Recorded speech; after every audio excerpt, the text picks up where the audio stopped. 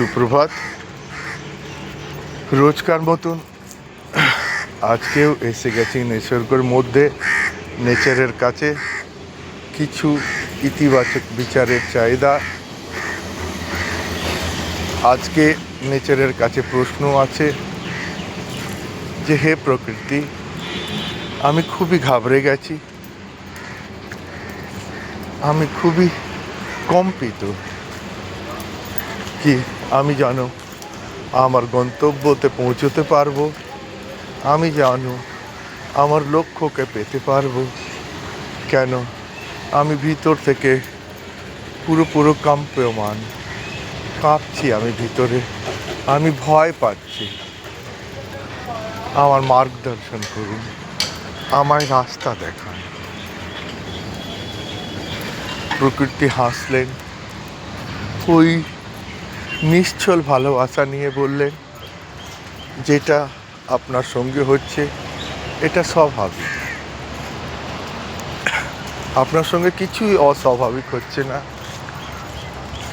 কেন কি ভবিষ্যৎকে নিয়ে চিন্তা মানুষ মাত্রেরই হয়। কিন্তু আপনি যখন ঘাবড়ে গেছেন, আপনি 1 মিনিট দাঁড়ান, দাঁড়িয়ে একটু পিছনে মুড়ে দেখুন।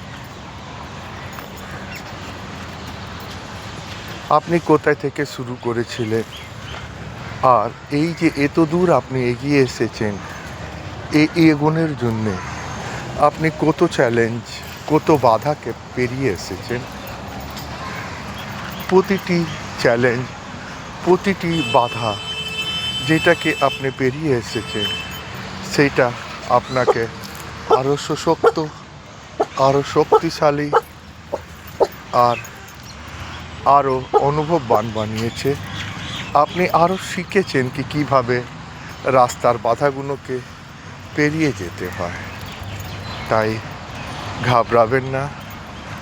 কেন কি আপনার নেওয়া প্রতিটি পদক্ষেপ আপনাকে আপনার গন্তব্যের দিকে, আপনার লক্ষ্যর দিকে আরও এগিয়ে যাচ্ছে। তাই নিজের উপরে বিশ্বাস রাখুন আর এগিয়ে যান। নিশ্চয়ই আপনি একদিন আপনার গন্তব্যের কাছে পৌঁছে যাবেন।